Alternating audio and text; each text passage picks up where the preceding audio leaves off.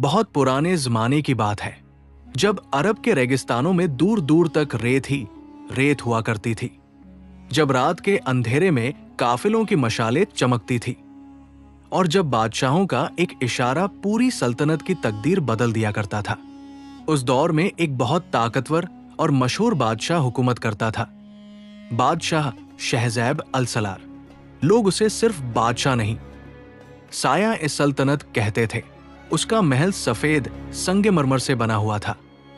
महल के अंदर बड़े बड़े झूमर लटकते थे, दीवारों पर सोने की नक्काशी थी और दरबार में खड़े सिपाही तलवारों के साथ हर वक्त तैयार रहते थे। बादशाह शहज़ैब के पास सब कुछ था, दौलत, इज्जत, ताकत और हजारों सिपाहियों की फौज। लेकिन एक चीज उसके पास नहीं थी, सुकून। हर रात जब पूरी सल्तनत सो जाती, तब बादशाह शहज़ैब अपने महल की सबसे ऊंची बालकनी में अकेला खड़ा आसमान को देखता रहता। उसकी आंखों में अजीब उदासी होती। कभी कभी वो खुद से कहता, हमारे पास सब कुछ है, फिर भी दिल इतना खाली क्यों है? लेकिन इस सवाल का जवाब किसी के पास नहीं था।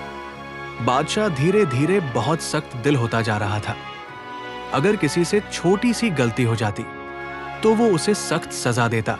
लोग उससे मोहब्बत नहीं करते थे, सिर्फ डरते थे। एक दिन दरबार में एक गरीब बुजुर्ग औरत आई। उसके कपड़े पुराने थे और हाथ कांप रहे थे। उसने रोते हुए कहा, जहांपनाह, मेरे बेटे को आपके सिपाही जबरदस्ती जंग में ले गए, वो अब तक वापस नहीं आया। बादशाह ने ठंडे लहजे में जवाब दिया, सल्तनत के लिए कुर्बानी देनी पड़ती है। बुजुर्ग औरत की आंखों में आंसू भर आए। वो धीरे से बोली, अल्लाह आपको एक दिन सच्चा सुकून दिखाए। ये कहकर वो चली गई। उस रात पता नहीं क्यों बादशाह को उस औरत की बात बार बार याद आती रही। रात गहरी होती गई। तेज हवा महल की खिड़कियों से टकरा रही थी। अचानक महल के बाहर से एक आवाज आई, तख्त और ताज इंसान को बड़ा नहीं बनाते। बादशाह गुस्से में उठ खड़ा हुआ। कौन है जो हमारे महल के बाहर इतनी हिम्मत कर रहा है? सिपाही भागते हुए बाहर गए। थोड़ी देर बाद पता चला, महल के दरवाजे पर एक बूढ़ा फकीर खड़ा है। सफेद दाढ़ी, हाथ में पुरानी लाठी, कंधे पर फटा हुआ झोला, लेकिन चेहरे पर अजीब नूर। उसका नाम था बाबा रहीम। सिपाही उसे धक्के दे रहे थे, लेकिन बाबा रहीम मुस्कुरा रहा था। बादशाह खुद नीचे आया और सख्त आवाज में बोला, तुम जानते हो तुम किसके सामने खड़े हो? बाबा रहीम ने आराम से जवाब दिया, हाँ, एक ऐसे इंसान के सामने जो खुद को दुनिया का सबसे ताकतवर आदमी समझता है। पूरा महल खामोश हो गया। बादशाह की आंखों में गुस्सा भर गया। क्या तुम्हें मौत का डर नहीं? बाबा रहीम हल्का सा हंस पड़ा। जो अल्लाह से डरता हो वो किसी बादशाह से नहीं डरता। ये अल्फाज सीधा बादशाह के दिल में उतर गए। बादशाह ने पहली बार किसी आदमी की आंखों में इतना सुकून देखा था। उसने सिपाहियों को पीछे हटने का इशारा किया। इस फकीर को मेहमान खाने में ले जाओ। उस रात बादशाह शहज़ैब ने बाबा रहीम को अपने साथ खाना खाने की दावत दी। सोने के बर्तन निकाले गए, महंगे महंगे सालन लगाए गए, लेकिन बाबा रहीम ने सिर्फ एक रोटी का टुकड़ा उठाया। बादशाह हैरान हुआ। बाबा, आप इतना कम क्यों खा रहे हैं? बाबा रहीम मुस्कुराकर बोला, पेट भरने के लिए एक रोटी ही काफी है, बाकी सब इंसान की ख्वाहिश होती है। बादशाह चुप हो गया।